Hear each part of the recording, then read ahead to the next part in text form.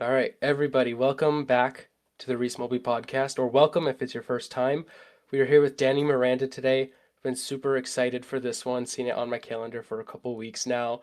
I look ahead and I'm like, yep, Tuesday, it's the 17th. I'm getting on with Danny. Let's go.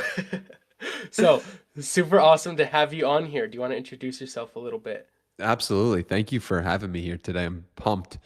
Um, who am I? I'm Danny Miranda. I'm a hypnotherapist. I am somebody who I used to introduce myself as a lover of life because really that's what I'm doing. Everything that I'm doing for is a love for the energy that's inside of me. Um, but how a lot of people came to know me is through my podcast. I did 470 episodes over 4 years, had over 2.5 million plays, interviewed some of my heroes like Alex Hermosi and Gary Vaynerchuk and Peter Crone and John Gordon. Just incredible people that really inspired me from a young age. And to be able to interview them was an absolute dream. About 2 years ago, I kind of got the call that I was more than the podcast. And that was like, what does that mean? I don't even understand that. But it was something that I felt very strongly deep within me. And I explored and I learned and I traveled and I came to understand I'm supposed to be a hypnotherapist. I don't know if I'm supposed to be a hypnotherapist forever, but I know I'm supposed to be a hypnotherapist for this season of my life, and uh, and to help people understand themselves more and to bring people back home. That's what I'm here for. To bring people back home, home to themselves, home to the truth of who they are, home to um, home to their deepest truths. So that's a little bit about me. Awesome. What a brief and powerful intro. I love Thank you. you put it so simply, but there's obviously so much behind what you just said in like a 1 minute or something. That's beautiful. Well, good I'm thing we got a curious. while, Reese. Yeah, I know, we do have a while. I'm curious what brought you from like podcaster and that being your identity and doing like for a while, weren't you doing like 2 to 4 episodes a week? Yeah, I was doing Going 2 or from that like extreme like podcasting, like this is what I'm doing, to not doing any. I don't know how many you've done since you've kind of like stopped or whatever, but moving through this period of life, not really knowing what you're doing into hypnotherapy. How did that happen for you? How did you learn to like trust yourself during that? How did you not like fold and go back to podcasting or back to something comfortable? You could run with either of those. I guess I asked a few things. yeah, well, I kind of felt that I'm somebody who follows the feeling of what happens after. And so it might be a useful exercise for anyone listening right now to look at their meetings and maybe say to themselves, how did I feel after this meeting? How did I feel after this meeting? How did I feel? And so I am constantly on the lookout and aware of how I'm feeling. And I'm always trying to feel good because to me, to feel good is to feel God. And so after doing a podcast, I would say to myself, I know that wasn't, I know that was really beautiful. That was a great experience. I enjoyed that. And I know I don't want to do that again. What is going on? And so that was kind of odd to me. That was kind of a click in my head of something is needs to change. And I tried to do it. I tried to do podcast consulting. I tried to, even in this period of not doing podcasts, I tried to go back to do the podcast and I couldn't. Meaning, like, I couldn't, meaning there was something inside of me that was saying, this isn't right. You know, that little voice that comes in that's easy to ignore that you could push down? That Yeah. voice kind of said to me, no, no, like, there's more for you. And this is who you were and this is a beautiful aspect of you, but if you try to put your time, energy and attention into this, you're going to feel drained. And it's a very difficult thing to have something that at one point gave you a lot of energy at another point drain you. And so um, I've trusted that voice and that feeling enough to continue into it and to know, okay, If it's not this, it'll be something else.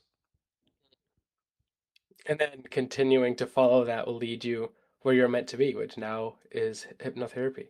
That's exactly right. Yeah. That's amazing. How have you enjoyed hypnotherapy? The way I describe it to people, hypnotherapy is personal podcast with people's subconscious minds. Mm, And it is a deeper version of this conversation. This conversation is beautiful. I love people. I love learning about people. I yeah, love to be with people and to connect with them. And hypnotherapy is just a deeper thing because there are fears, there are insecurities, there are things that are getting in the way of our truest expression.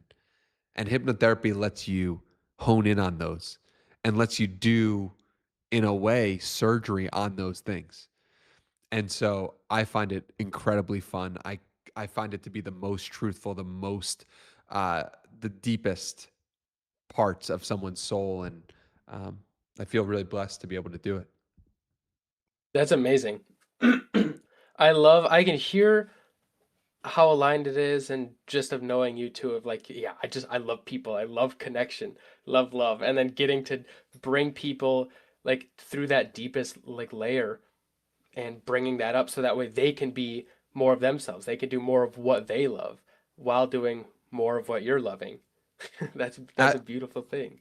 Yeah, absolutely. And I just want to pause right here real quick to let people know what is hypnotherapy.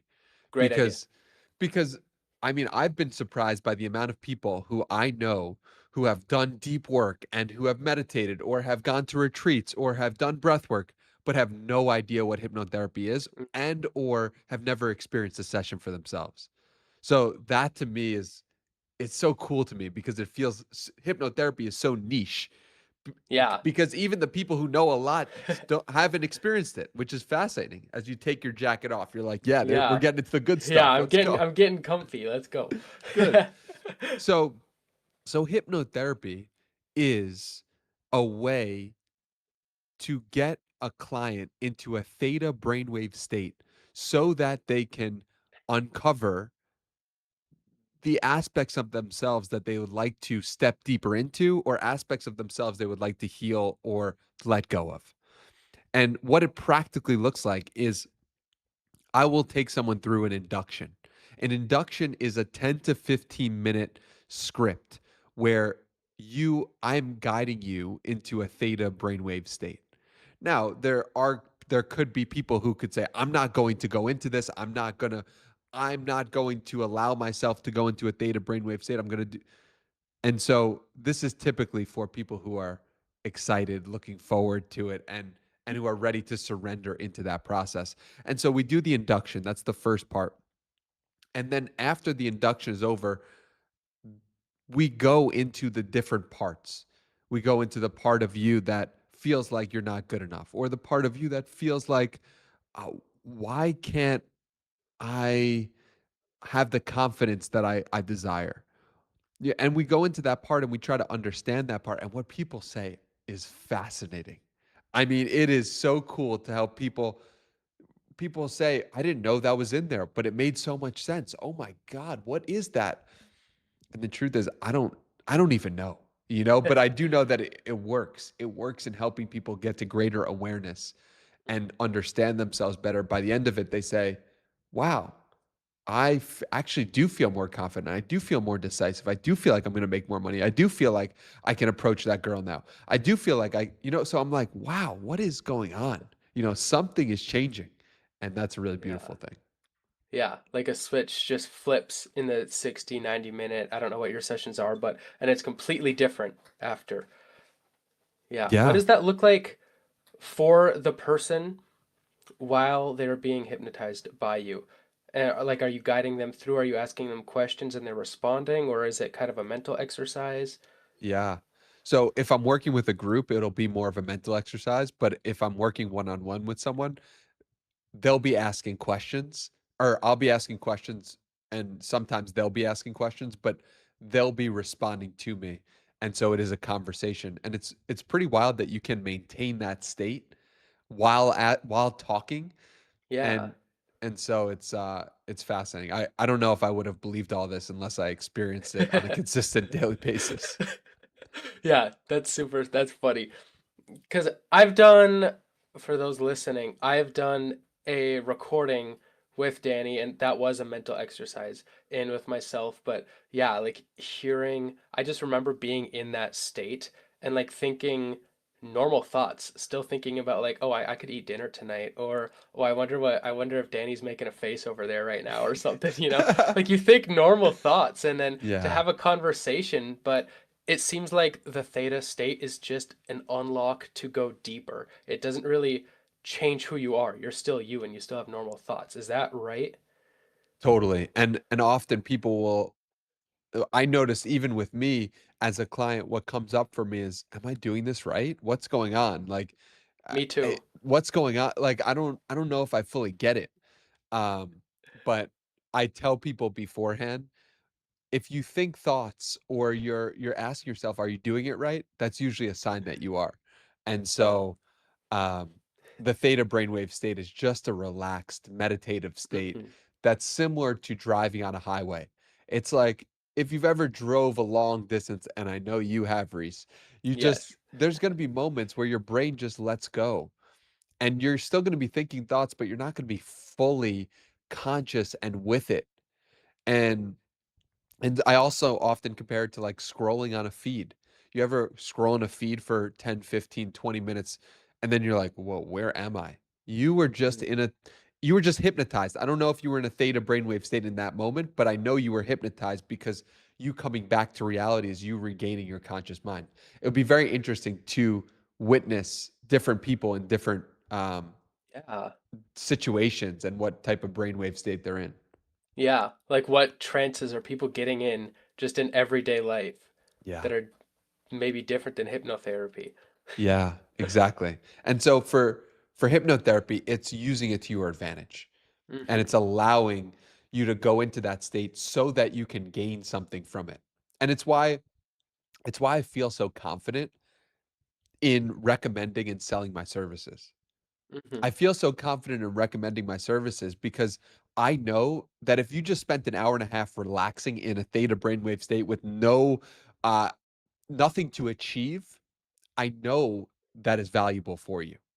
Like, if we were to just meditate for an hour or just go into that would be valuable. And Yeah. now on top of it, on top of that relaxation, we're now going to actually try to achieve something with it. We're going to visualize what we want. We're going to understand our patterns better. Of course, that's worth it. Of course, Yeah, everyone of listening to course. should sign up right now for me or for a different hypnotherapist Hmm. because it's actually incredibly valuable. Yeah. Incredibly valuable. That's So, powerful. What yeah. popped in my head is like you can go to the gym every day, or you can go to the gym with a personal trainer who's gotten exactly what you want every single day. It's like, yeah, you could go to the gym, do whatever, but now it's like going to the gym with a goal is going to be even better than just showing up daily. Yeah. And on that point of personal trainer, one thing I think we drastically underestimate in our own lives is the ability of being witnessed. When we're witnessed by someone, when I'm witnessed by someone, I my performance improves. I have greater level of desire for that thing. I just went to the gym just now and I probably did 10 sets of exercise and left. If I Yeah. was there with someone who I know we would have done 20. I know I would Mm. have cared more. I know I would have gone and it just being witnessed by someone and witnessing someone. And that is Yeah. such an underrated aspect of life. And especially in a world where we can be so isolated, it is easier to be isolated than ever before. To be witnessed is an absolute game changer. And that's why um, hypnotherapy is so effective. That's why my retreat I'm so excited about because it's being witnessed by people. Um, and so to witness and to be witnessed are two of the most underrated things that I don't think we don't have a way to value them correctly in today's day and age. Yeah. I've never thought about that perspective before, but I've certainly noticed it come up. Like, yeah, when my friends are around and I'm playing a sport or something, I'm gonna do better than if I were just playing with even just some random people, but I'd still play better, but than just practicing by myself. Oh, I remember like 2 or 3 years ago, I was in the gym and I was the only person there. And then a girl like my age walked in, and I was like, oh, okay. Here we go. You know, Yes, I it's never real. even talked to her. I It's never seen her real. again. Never spoke to her in the gym. But yeah, just somebody came in and yeah, it was like, okay, now there's a purpose. Like I don't know. It feels like that's how we're supposed to be. I don't think we're supposed to do everything by ourselves all the time, whether it's in the gym or working out or meditating alone. I love that perspective. The purpose of life is to do it together.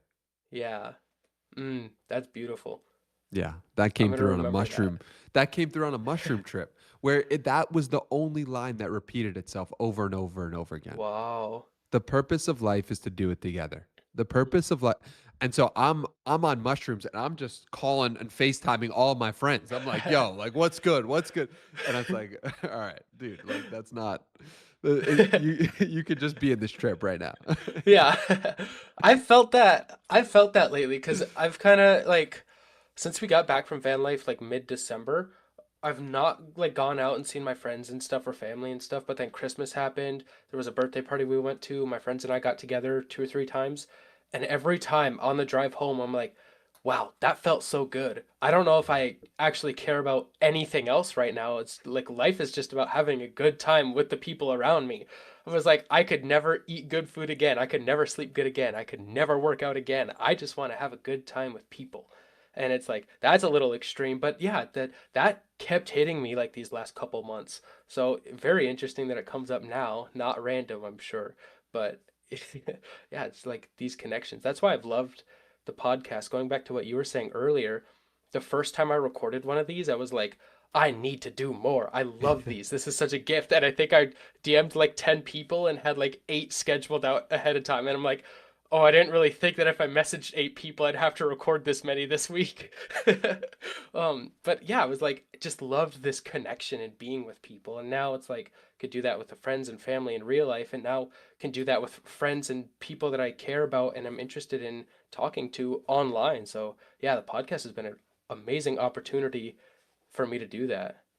Yeah, and that's the thing. I think um, that's the energy that I'm talking about, right? Like when you feel that energy of, oh, I'm doing the right thing. Hmm. I want to do more of this thing.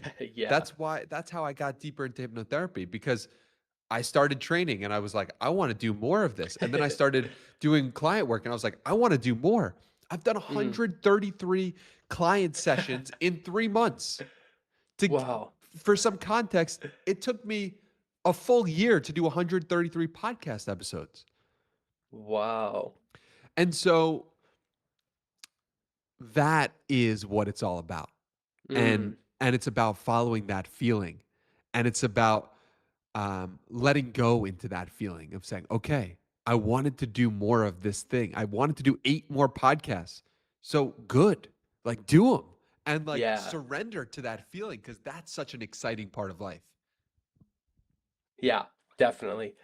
And that's where I'm at. I think, yeah, I'm very similar to you in that way. It's like I'm gonna follow the feeling. I'm gonna like hyper aware of my energy at all times of like I don't like keep a physical log of it, but I was reading a Noah Ryan article. I don't know if you know him, but he was like I literally tracked my energy every single thing that I did. If I ate food, I would like make it like a video game, like +5 energy, plus or like -5 like whatever it might be. And he was like, I did that every day, all day. So then I knew exactly what I loved and exactly what I did not like.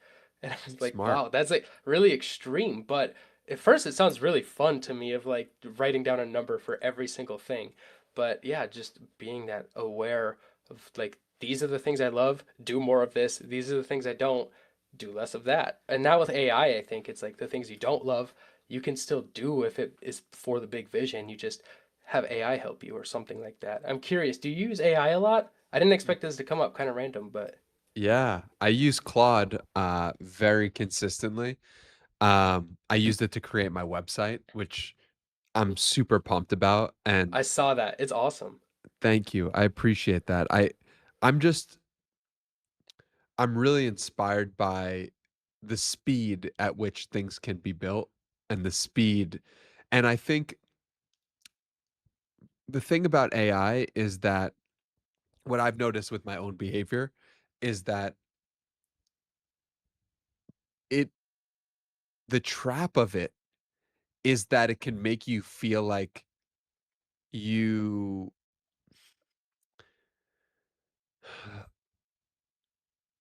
it can make you feel like you've had all these things that you've done. You've completed a project. When in actuality, the project's really only 90% done, or maybe it's only 30% done. But because Yes. you got a report on what your next 30 days are going to be like, it's actually done. And so Yeah. um, I love it. I think it's an amazing tool. I recommend people to go into it. Um, Mhm. I'm very I'm very excited for what the world looks like with it, and I think that a lot of fears that people have around it are we're gonna look back on and be like, this was funny that we were scared of Yeah. this thing that's actually integrated on our lives and helps us. That's what I Mhm. feel. Yeah.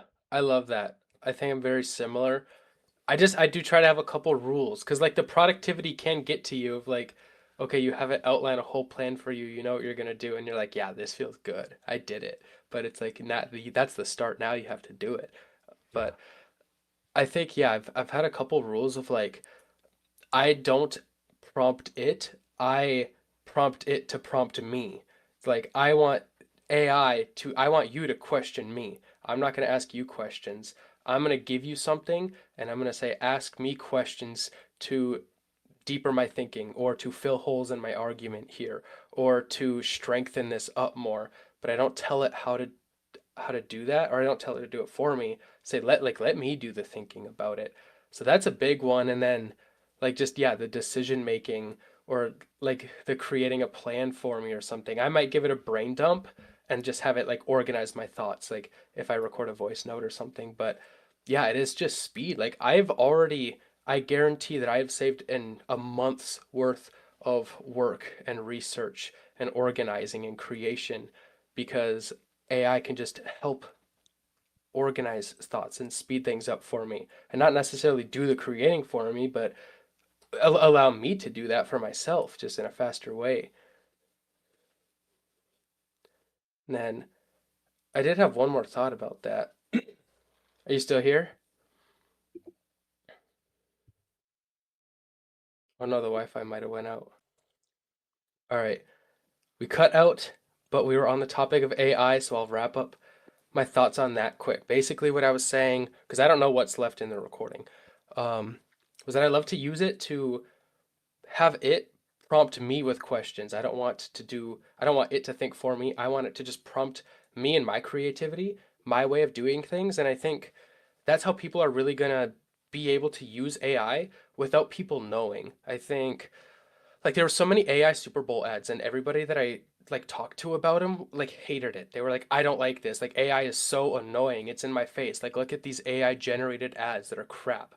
And it's like if people know that you're using AI, then you're not doing it right because there's nothing unique behind it. But if you use it to prompt your own thinking, then it's still you doing the work. It's just a different way of thinking because it's like I could have a person say like, "Hey, could you challenge my thinking?" But if I don't have somebody to hop on a call with or in person, it's like, "Hey, challenge my thinking here. Let's go." So, yeah, I just like it. I don't like to like delegate creativity to it, but I love it for speeding up projects. I think I've saved months of my life just having AI get to research and get to organize my thoughts for me, for then me to be even more creative. So that's my big thing with AI, and that's where I sit with it right now. Yeah, that's super cool. I think what's so awesome about a new technology is that our relationship with it is going to change. And our Yeah. relationships with it is going to, I remember when ChatGPT came out, I was like, this is super. What is going on Yeah. right now? Like, is this thing real? Is this on? Is this conscious? Like, what is this? Me Um, too. Yeah. but but I think it's going to be interesting to see how it all evolves and changes and grows because, you know, there were, I mean, there's so many examples from history that kind of paint the picture that are very hard for us to fathom. Meaning, there was a time when there were people playing instruments at movie theaters, and that it was disgusting for music to come in, and it wasn't creative for music to come in from outside or Yeah. inside the movie. And when that was too much because that got people's jobs, and those people's jobs got lost. And I think that was like in the 1930s. And you know, it made me think of I found this great musician, and I was loving the music, and I look him up and like, who is this? And it was an AI. And that was like, Wow. whoa, like this was the first moment this has happened to me. I don't like how that feels. I wonder if I'm not gonna like how that feels 3 years from now, or a year from Hmm. now, or I'm gonna be good with it in a week. You know, now it's a That's weird interesting. thing, but and it didn't feel good to me. But I wonder if my connection doesn't go to the musician, but it goes to the guy who created the music. And Hmm. similar to a techno DJ or EDM, where it's like that was all created by a computer. But I don't care that Avicii did that. I care about Avicii. So Interesting. I that's where my brain went. And Yeah. instead of being like, oh, I would never listen to an AI musician, I instead was like, this feels weird. I don't like that I was kind of tricked, or that's how it Yeah. felt to me. But then also I was like this is probably going to be normal in some time. Very interesting. Yeah. Because it's like you got to enjoy it just the same as another musician. Yeah, that's really interesting. I wonder if, like you said, like we just adapt and our relationship changes with new technologies. Like people will take like a 3 day or a week like technology fast or tech detox. It's like, are people gonna go like this month I'm not using AI or something? I could definitely see that coming. I'm sure there's already people who do that, but yeah, that's super interesting. I like that. I never heard about the musicians and stuff before, but it is like the same, and I'm sure there's a lot more examples of that. Yeah. And I think you're absolutely right. I think all of this, because you're looking at an Instagram feed and you don't know what's real and not, you listen to music and you don't know what's real and not, it's going to push people, at least in the short term, to Hmm. more real life experiences and to Yeah, more connection with other humans. And this has been a constant theme for people from 2015 to 2023, 2024, 25 has been, we want more in-person experiences, more in person, more real, like get off the internet is like a common talking yeah, point. It's like, great. Now people are going to be so fed up that they're going to get off the internet. And this is what, this is the worst technology is ever going to be to pull you in. So it's going to be both. It's going to be people getting sick of it. It's going to be people going deeper into it than ever before. And to yeah, me, that's kind of exciting. And it's just, just the way it is. yeah, definitely. And it goes back to feeling the feeling. If you are feeling called to learn about it and get into it, then do it. That's not going to Yes. lead you in the wrong path. If you're feeling Yes. the feeling that you need a retreat and to rent a cabin for a weekend and talk to nobody or invite all your friends and have a great real life experience, like whatever that feeling is, that's going to guide you the right way. Well, I think it's both, right? And Yeah. that's what I want to point to. It's like I'm hosting a retreat in a cabin in the woods, April 9th through 12th. Please come. You know, Yeah. where we're not going to have any technology, and we're going to do past life regressions, and we're going to do meditation. And I also plan on posting more content over the next 100 days than maybe any 100-day stretch that I've had Mm. on Instagram. And so it's both. It Yeah. doesn't have to And be they either work or. together. Yeah. Correct. That's Correct. perfect.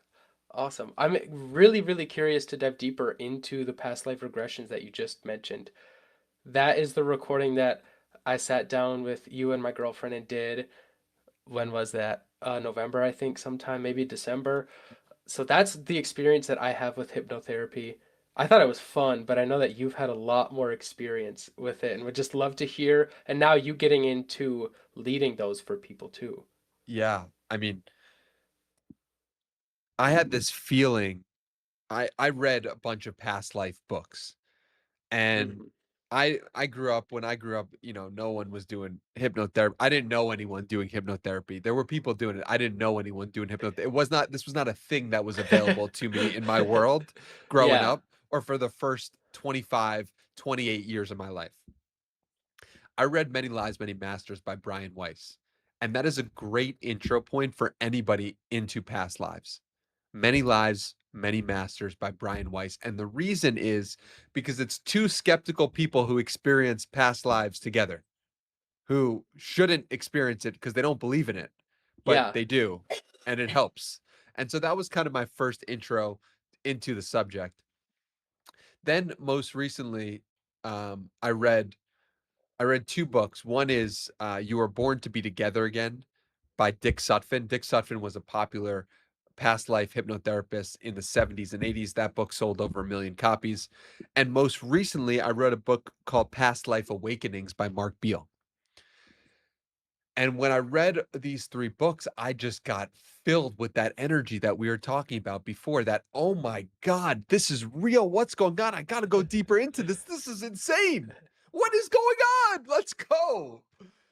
Um, so I got filled with that energy, that very real energy. And I'm like, I read Many Lives, Many Masters, and I was like, oh, maybe that's first I was like, that's cool. Then I read You Mhm. Were Born to Be Together Again, and I'm like, am I supposed to be a hypnotherapist?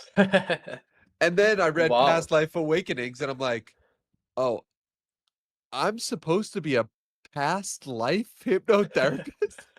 Just so you guys get a sense for this. This is weird to me. Yeah. Like I am blown away by how my life is unfolding because it's not the script that I would have wrote. Mm. I mean, I would have wrote star player at a college basketball, then gets drafted in the first round, plays for the New York Knicks. Like that's the script that I'm Yeah. writing. But I'm not in control of this movie. And so um literally on Sunday, I had my first mentor call with Mark Beal, who wrote the book Past Life Awakenings. And I the reason why I was drawn to him specifically is because I could tell his questions were so precise and he was able to guide people so profoundly from how he was reporting it in the book. And that book, it just describes his journey working with different clients and what their journeys were with past life awakening. So I'm very early into this. I've done 133 sessions as a regular hypnotherapist, helping people with confidence and making money and stuff like that. But I'm not a past life hypnotherapist yet. And I'm very excited to train deeper into it and to start taking on some clients for that because I'm just in the early stages. That's super exciting. What was it about past lives in particular? I think I've always been someone who's sought answers and who was looking for, all right, you're in a physical body. Why? What, like, how did you get here? Hmm. Like, and never stopped asking those questions. I think we all ask those questions, or it's very common for people to ask those questions at Yeah, it's four, important five, too. 6, 7. 4, 5, 6, 7 is when you're in a theta brainwave state. 7 and under, you're in a theta brainwave state at all times, which is where you're going in hypnosis. And so I just was like, why am I here? What's my purpose for being here? How did I get here? Who's running the show? Is this random or is there a reason behind this? How do I best play this game if this is a game? How do I best learn if this is a school? How do I best live? It's always been my curiosity. And so I think past lives for me were a a nudge, a wink in that direction. It was a understanding. It was people who have gone to the depths of the human soul, and these are what they've reported. And what's so interesting to me about these people, Brian Weiss and Dick Sutphin and Mark Beal, they have a presence about them that really feels quite grounding and it feels quite clear and their energy feels loving and it doesn't feel like they're trying to convince you of anything. And that to me is so intriguing.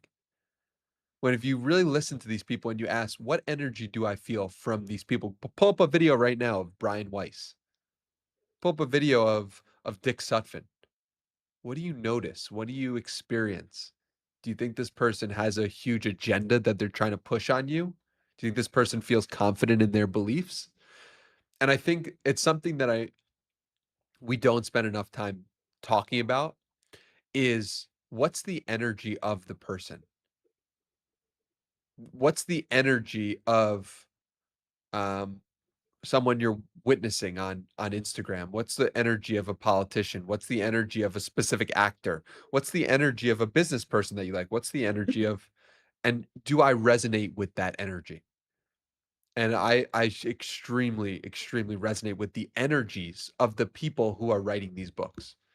And that to me says something about my own desire, and it says something about the truth of what I'm experiencing. That's powerful. So it doesn't have to be something that you were thinking about and analyzing and looking into and researching. It's like, hey, I just feel called to these, and then you look into it. Then you just dive a little deeper out of curiosity because you were just pulled like a magnet into it. That's right. And it's wild what happens as a result of following that curiosity. I mean, I was my first call with Mark Beal on Sunday was it was at my current residence. And as I'm driving, I mean, it was a virtual meeting, but I had to drive to get to where I'm at. Mm, And so I'm on the drive to this meeting and I just get hit with a wave. Tears start flowing down my eyes. And I'm feeling like everything that I experienced up to this point was to get me to this point. wow. Every all of the meditation, all of the retreats, all of the podcasts, all of the self-development, all of the growth was to get me to the point where I'm sitting in front of Mark Beal and we're having a conversation and that I'm learning from him. And that was really powerful. And it makes me um just trust. It makes me trust more. It makes me trust the feeling of, oh, this is your path. And and trust me, I would not have chosen past life hypnotherapist as something to do when, I Yeah, was growing up. And it would not have been something I probably would have chosen 5 years ago or yeah. 3 years ago even or 2 years ago.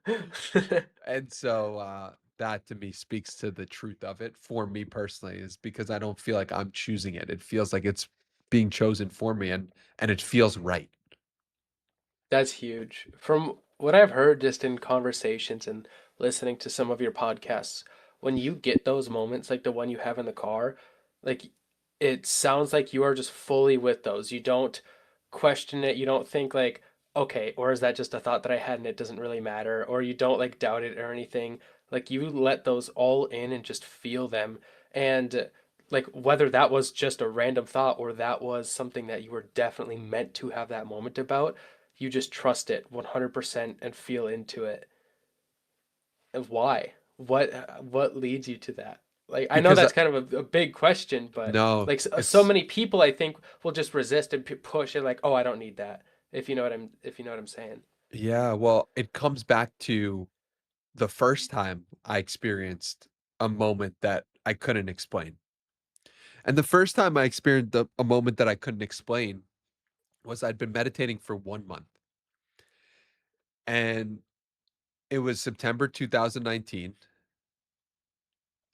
and at the time, I was working on helping course creators or helping influencers to create courses, to become course creators. And I remember I had reached out to 100 people, and one of those people said to me, "Okay, let's get on the phone. This is an amazing idea. I want to go into this." And so we hop on the phone. We have a great 20-minute conversation. I loved it. He loved it. We were going to move forward with this idea. and I was super pumped. This is the first person I'm speaking to has over 100,000 followers. I'm like blown away that I just sent him an email. Now we're on the phone. It was like, what's happening? And then either in the next day or in the next week, within the next week, I go to a coffee shop and I start speaking. I went to the bathroom, come back from the bathroom, make eye contact with this woman, and within 5 minutes, she's telling me that I should come to her church. And I had never been to church before. I mean, I'd been to church, but I had not made the decision myself at 24 years old to go to a church. For context, I was raised Jewish, but Jewish, and my dad's Catholic, my mom's Jewish, so it's not I wasn't really raised with a deep sense of religion on a day-to-day basis. My parents were Yeah. amazing people, but not spiritual or religious in the way that they would speak about it to me. And I'm talking to this woman, she invites me to church, and I said, "Well, what makes you say that?" She said, "Well, there was this great guy who came to church last week who you would absolutely love. He gave a guest speech and it was awesome. And you would connect with him. And the person who gave the guest speech was the same guy who I spoke to on the phone within the last week. Wow. And I never ended up going to church. I never ended up going to that church because it scared me so much. It's one of the greatest regrets in my life, and I know that it's there to show me what not following the signs, what not going into the feeling looks like, what being scared of the moment feels like. And I just remember that Sunday coming, and I remember having a stomach ache, and I remember not going. And then I was like, "Oh, I'll go next week." I remember that Sunday comes along, I'm like, "I don't wanna go to the church. What's it gonna mean if I go to church? I'm gonna be a Christian? What is that? I don't understand. What's going on?" Next Sunday, "Oh, I shouldn't do that. That's silly." Next Sunday, "Oh, forget about." I was scared. I was scared of the truth, and I was scared of, going into the feeling. And when you asked me that question today of like, why? Why do you go into the feeling? Why do you trust that so much? It's because I know what the opposite feels like. And the opposite feels like regret. And the opposite Mhm. feels like pushing down what is actually true, pushing down the signs, pushing down what life is trying to show you and invite you into, but your stubbornness of the moment is not allowing that. Yeah. And so that's why. Mhm. That's beautiful. Like these moments or feelings or thoughts, they arise. They come up without resistance. The resistance is if you push them away. There's no Correct. resistance in the first place. Correct. Wow. Yeah. What a divine moment. That's one thing that I knew that I had to talk about. I was like, I think that I could open this podcast and just be like, tell me about divine moments. But I think Yes. the conversation beforehand led us in a different direction. But like, I remember you were the one who introduced me to like realizing divine moments. Like I'm Yeah. sure they'd happen, and prior to that, I called it like coincidences or really cool. Um, but yeah, you were the one who like just introduced me to like, wow, yeah, these divine moments that just happen for no reason but every reason. It Yeah. seems like it's no reason, but you look into it, and I remember that there was, I think, a book title, and you were interviewing people about it, like divine moments like took over your life for a little while. Absolutely. I would Absolutely. I would just love to hear about whatever you have to say about it because Yeah. it feels so good every time I talk or experience about them. I feel amazing. Yeah. Yeah. Absolutely. And me too. So thank you for bringing it up. Yeah, Divine Moments was a book that I was writing. It's probably a book I'm still writing right now, but I'm living it more than I'm writing it. Um, and a, powerful. and a divine moment is a moment in which things connect in a way that is so magical that you ask yourself, "W- how did that happen? Was that real? Like, are you kidding me? How, I don't understand is the natural kind of Yeah. like thing that comes up. And the more you can accept it, the more you can accept that that moment was actually evidence of the divine, the greater your life can become. And I know that because I know what it feels like to reject a divine moment. I literally gave you the example of it in the Yeah. first place. It feels like regret. It feels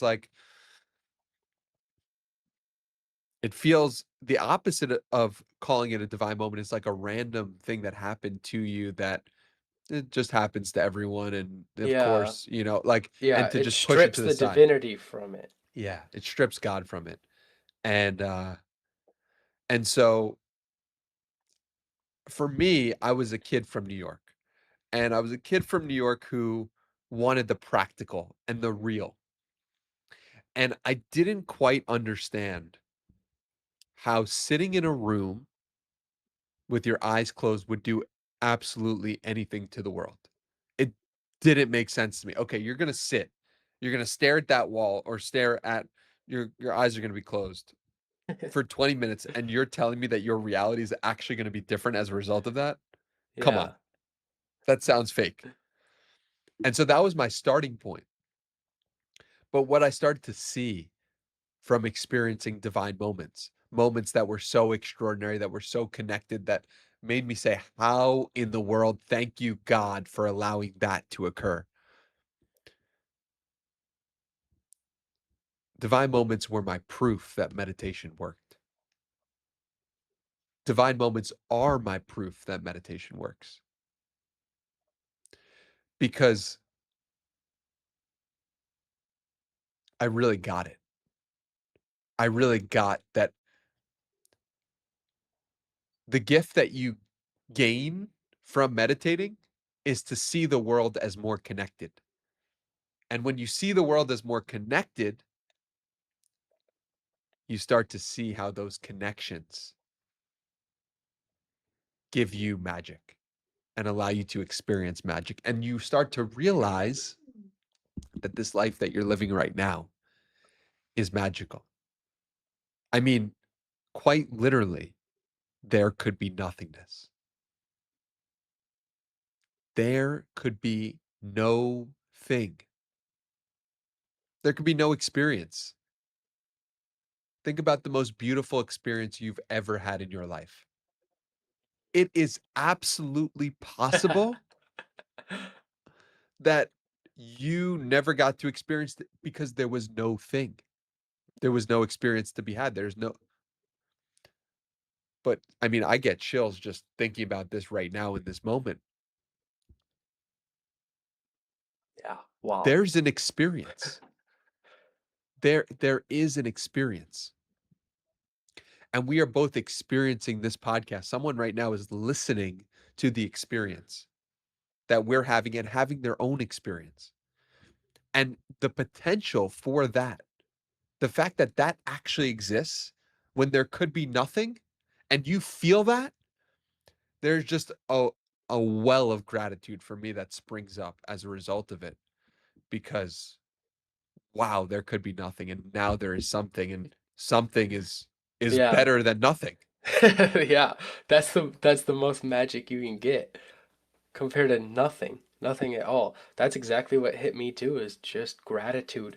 This whole time thinking of a couple amazing moments I've had, thinking of being here with you, thinking of who gets the beautiful, magical opportunity to listen to this and to share this, or even just share this idea or feel this feeling. Even somebody may have been feeling quite close to nothingness all day. Like maybe they woke up late, they were just on their bed, and then maybe they saw one of us post about this. They're like, yeah, I could listen to this, whatever, I'm doing nothing today, blah, blah, blah, and get here and rushed with feelings now. Rushed with love and gratitude, because there is something. Even getting to do nothing in quotes all day is such a beautiful experience, because that's that's not nothing. Correct. It's something. Yeah. It's actually impossible to do You nothing. could never have nothing. Even meditating, thinking of nothing, or trying to have nothing in your mind. Yeah. That's so much something. Yeah. And like you're there. You're there. Like Yeah. you're actually in there and you really don't remember how you got here. Mhm. You don't remember being a spirit and going into your mother's womb and coming out. Yeah. Wow. Like, you don't remember that, but it happened. And this is the thing that people often talk to me, the connection of this to past lives is great. People Awesome. say, "Well, how could past lives be real? Because I don't remember them." And I said, "Yeah, absolutely. That's very fair. Do you remember your first birthday? Mm. It happened. Yeah. 100% it happened, but do you remember it? Where'd you No. go? What'd you eat? What?" It's like, "Whoa, interesting." So experience can happen and I cannot remember it. And not remembering it doesn't mean that you didn't have the experience. Mm. And that's what taking someone into a state of hypnosis does. It helps them remember their experience. Wow. Yeah. That is amazing. Do you have a theory as to why meditation opens up your connection with life? It's a great question.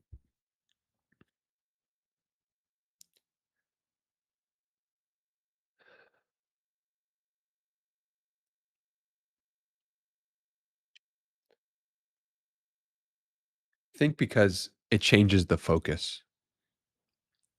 And our world in today's day and age is programmed to focus us out, out, out, out. And in reality, for some moment of the day, you're now being focused in. Mm. What are these thoughts that are coming up? And whenever you're going to do that, when you're changing your focus, you're going to change your relationship with life itself. And you're going to get into greater wholeness with the truth of the experience. Because imagine if there was, if I, for instance, spent my entire life just focused on you, Reese. It's like every moment of every day, I was just like, "What's Reese doing? What's he up to? What's going on? Well, how can what how do you how are you, Reese? How are you? How are you? What are you doing? How can you live? How what that's doing is it's pulling me, and I'm getting outside of myself. And if I spent a year doing that, I might learn a lot, and it might be really interesting. But I could get actually greater connection with you by looking at myself. Yes. Isn't that interesting? And Yeah. That's so awesome. what's awesome about that, to Reese? That's I think like yeah, if you were paying 100% attention to me or to something external, you're going to forget that you need to eat food or go to sleep or that you need to go, like I mentioned earlier, go spend time with friends or loved ones. You're going to forget what you love. You might not remember your favorite food or you might not remember your best friend's name. Yeah, Like, you're going to forget what you love. yeah. And so I use the example of Reese, and I'm like, my attention is all on him. That I use that as an example of outward focus.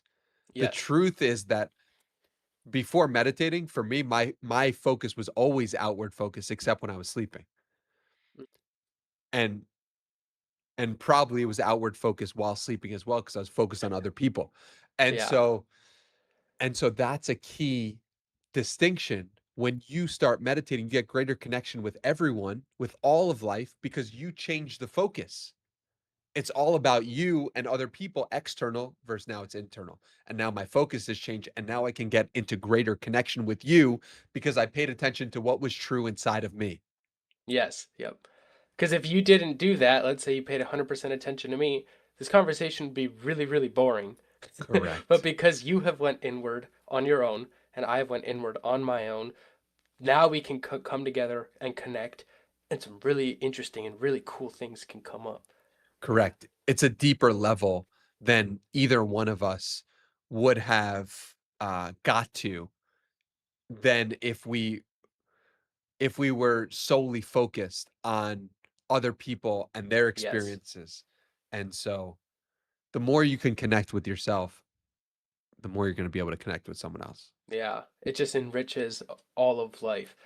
That's what that's a super interesting connection that your theory was like that it's that you just have to go inward because I have always just called it like meditation, breathwork, journaling. I've just kind of bunched that up and just called it like inward time and just I kind of love that. coined that when talking about it, when writing about it. It's like you need inward time daily. Meditation, breathwork, journaling.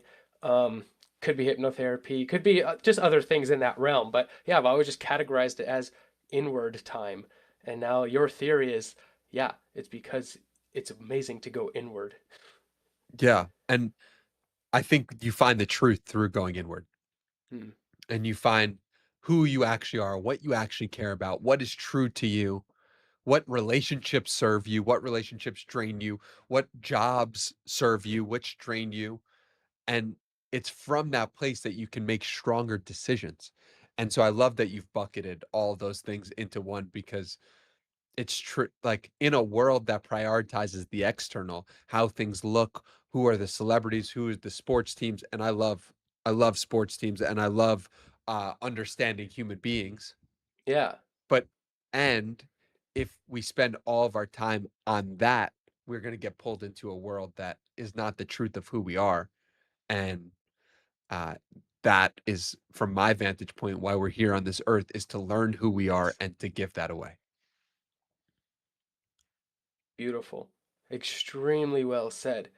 I think that alone is so much clarity for me, and I've like practiced some of this stuff and I've been into and I've learned this stuff for myself, but even just have that clear picture behind it of like going inward, knowing what do you love, what is true for you, what are you meant to be doing, what are those feelings that you're getting that are going to lead you to book podcasts or to become a hypnotherapist. Then you can enjoy the external so much better than if you only focused on it. It's like you have to go inward and then you can go outward, more rewarding, more connection, more divine moments. Absolutely. Yeah, beautiful. I like asking this question. Is there anything that's been on the top of your mind lately or that you've just been looking into or curious about that you wanted to talk about briefly? Yeah, I mean, one thing that I've been really excited about the possibility of is to go back and revisit all of the books that have shaped me and create deeper content around it. And so I've been so impacted by books. I mean, I love books. I read that wherever I go, it feels like books follow me. Um, I know you probably, I literally see books in your background, so I have a feeling you're the same way. Yes. Um, and um, Yeah, I've been really excited about this idea of like bringing people along the journey. A lot of the things that I've done over the past 2.5 years of becoming a hypnotherapist, it's like I went from doing 3 podcasts a week to now I'm helping people go into a theta brainwave state to help them heal generational trauma. It's like, what the, where did this come from, dude? And It's it's quite like, different. I read 50 books and that kind of informed my experience, but I didn't kind of share the process of that with you. And so I feel a calling and a sense of duty to share my process and to share how did I get to this point, and to revisit it. I'm rereading the Surrender Experiment now, and I'm finding, oh, I agree with this. I disagree with this. This is interesting. Because I agreed with this the first 4 times I read it, and I wonder Uh, if I'll agree with it in the seventh. But the fifth time that I'm reading it, I'm like, I don't know. I don't know about this. yeah. And so I'm very excited to um, go back into these old texts that have shaped me so deeply, like Many Lives, Many Masters, You Were Born to Be Together Again, I Can See Clearly Now by Wayne Dyer. Um, There's a Spiritual Solution to Every Problem by Wayne Dyer. Sacred Contracts. I mean, I have Sacred Contracts right here, but I meant The Anatomy of the Spirit by Caroline Myss. I'm just I'm just loving books. I've always loved books. I've been loving books the entire time, from podcasting to the time in between the podcast, and I want to bring people Yeah. along the journey. So that's kind of what I'm excited about now. That's awesome. What does that look like? Like you synthesizing or giving your thoughts on ideas that were prompted from these books? So what it looks like right now, or the idea that I have in my head that I'm open to changing, is, and I want to do this a few times just to see if I like doing it and it's an enjoyable experience. Yeah. But I'm rereading the Surrender Experiment. I'm taking notes on it like I'm reading it for the first time, and I'm highlighting specific passages that I'd like to speak about. So I'm going to be weaving together the story of what happens to Michael Singer, what's his experience like with different passages. And so I can give my take on this passage and I can give my perspective on how this passage shaped me and why this is an important thing to think about, Yeah. so that people can get a greater sense of it. So maybe that's episode 475 of the podcast coming back Yeah. to a news feed or a podcast feed near you. That sounds awesome. I'm super excited to hear when it's done. I remember the story of how I got the surrender experiment. I went to the bookstore and I was like, I wanted this book so bad because I think I've heard you talk about it, a couple other people talk about it, and I couldn't find it. But there was, I think, three copies of Living Untethered. So Michael Singer's third book, not The Untethered Soul, the first one. And I picked it up and I was like, okay, this is probably what I'm meant to buy. It's not here. I'm gonna buy this book. I got it, read a couple chapters, and I went to your meditation group and we all sat and meditated for 60 minutes.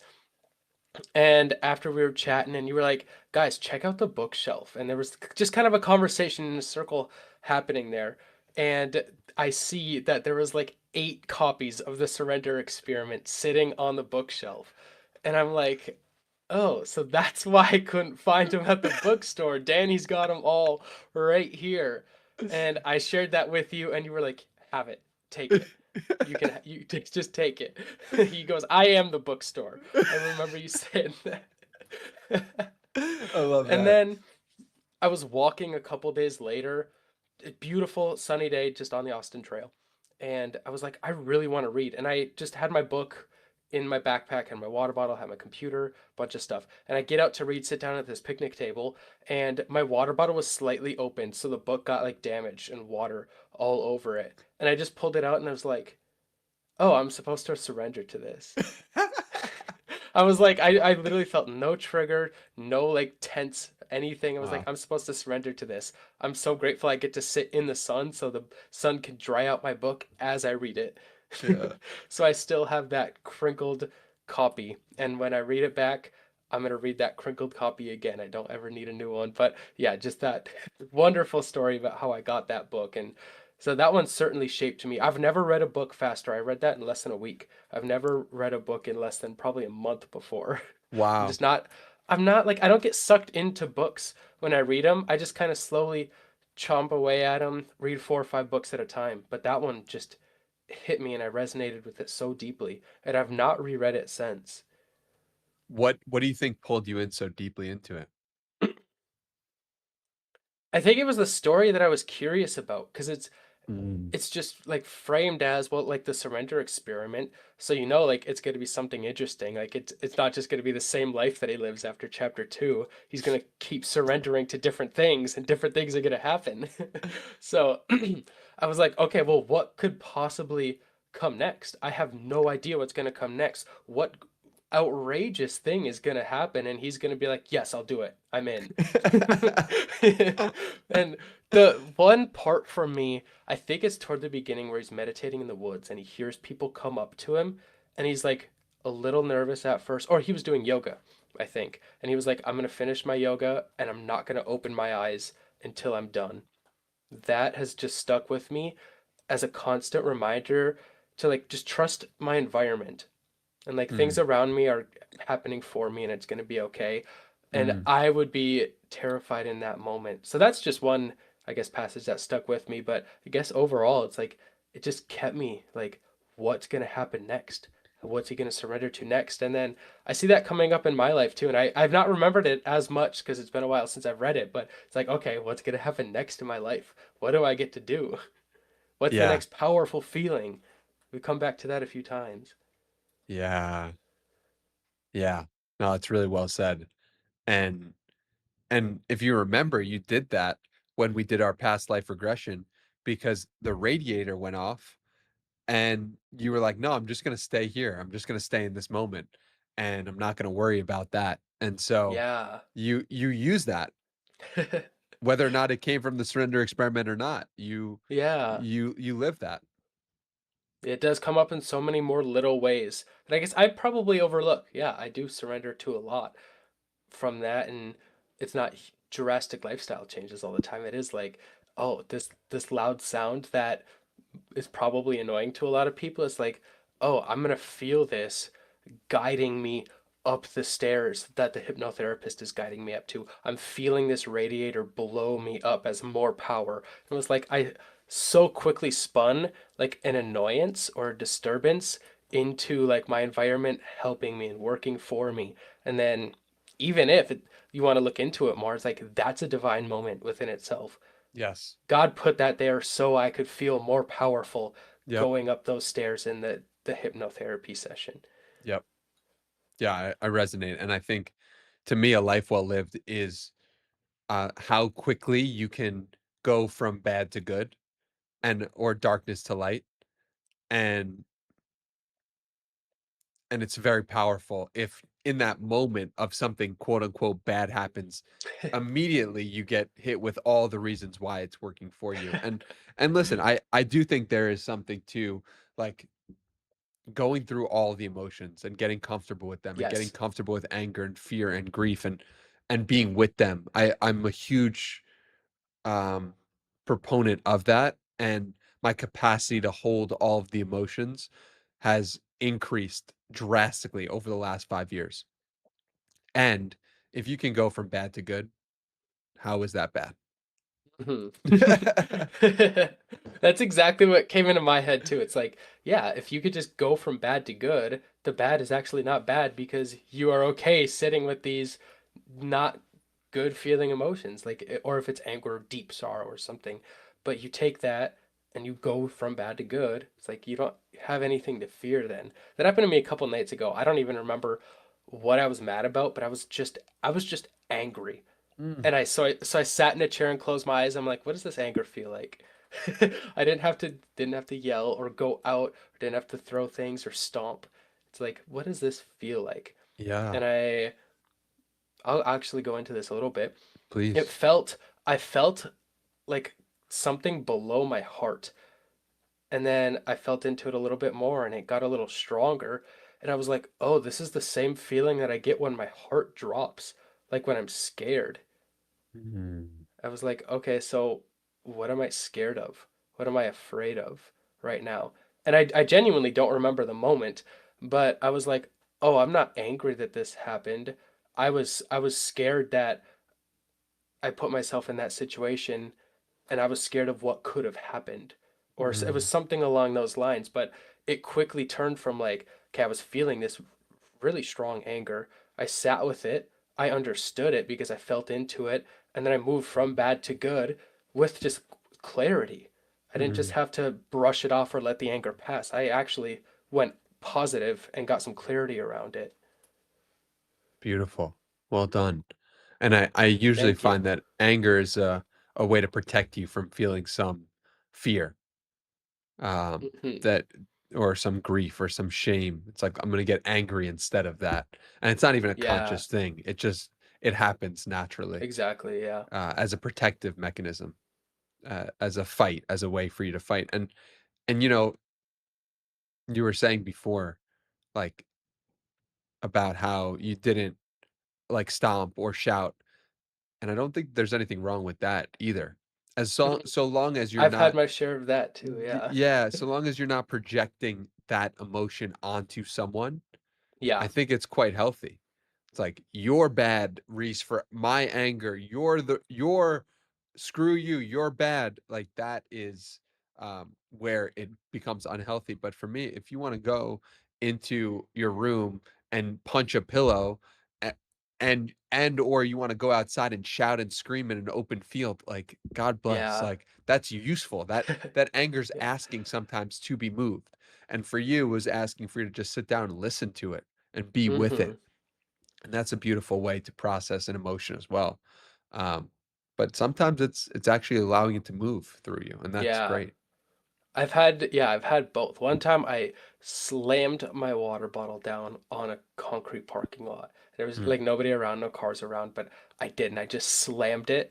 and all of a sudden I was like, oh, I actually feel better. I feel I feel fine now. But yeah, obviously it's like, and when you are more comfortable and you kind of have that mindset of like, okay, I'm going from good to bad, you do have some awareness. The anger doesn't take full control. Like I was able to look around, and now I'm not saying this was a perfect or the perfectly right thing to do, but I looked around, there was no people, there was no cars I was gonna hit, nobody was gonna get injured, and now look at that. You know, for those on the video, Wow. there's the Wow. He's dent in got, my water bottle because I wow. did just slam it down. And then after that, I got up and I was like, oh, okay, I'm fine. Yeah. I'm not really proud that I slammed my water bottle, but I did it. I'm very grateful that it was a safe situation. Yeah. So, yeah, just getting those things out. Yeah. Well I done. don't know And how we got there. no, I love discussing it though. emotions. Yeah. And the thing is, you know, it's interesting because it's like this is how the physical world leaves impressions of our inner world. Your your water bottle is broken now. And that's how your spirit felt in that moment. Yeah, And well, that is pretty profound. That and I because love my that. yeah, You go go, ahead. go. I love that I've still used my water bottle. I've never looked at it bad. I don't have to get a new one. Like, that's mine. I did that to it. Like, that's my buddy. Yeah. You know? Yeah, Yeah. I love how you connected it to the spirit because it's like, yeah, that's how it did feel. That's along with me. There's nothing wrong with my water bottle now. There's Correct. nothing wrong with my spirit. Correct. Correct. This is just a manifestation of how you were feeling in that moment, and it stays with you. And the better you can be with that, the more you can be with, the more you have capacity to see people and see people in their own anger and see people in their own um, frustrations. So it's awesome. Beautiful. Yeah. Just getting in the emotions, feeling safe within them, going from good to bad. Yeah, and bad to good. Oh, I did I say good to bad? Yeah. Yeah, Wrong way around. but but I mean, You know, you this go is from wherever. yeah. You go from wherever. Exactly right. That's awesome. All right. Well, we can wrap this up. Is there any final thoughts that you had or places you would like to send people? I'd love to just receive an email. If someone got to this point in the podcast episode, send me an email, Danny@DannyMiranda.com. That's Miranda. I just love hearing from people, love connecting with people, and just say that you've listened in full to the Reese Mulby podcast with you. And I'd Yeah. love to learn what you like a takeaway was and what your general energy and feeling is in this moment right now. Mm, Um, that's so beautiful. Yeah. yeah. Do it. You people listening, you will not regret it. Why not just do it? Surrender to him asking Exactly. that. Thank you, Reese. Though, thank you Wonderful. for the wonderful show and the podcast, and I enjoyed learning all about you, and I appreciate all the questions. And thank you for all the time that you've spent working on yourself and working on your spirit, because it comes through, and you really have such a devotion to yourself and to the highest version of yourself. And I just want to acknowledge you for that because it is a really beautiful thing to witness, and you have such a beautiful way of going about life and going about that journey. So keep doing you and keep following the light. Amazing. I deeply appreciate that. Thank you very much. You're I've had a welcome. wonderful time on here. I will talk to you later. Thank you again. Peace.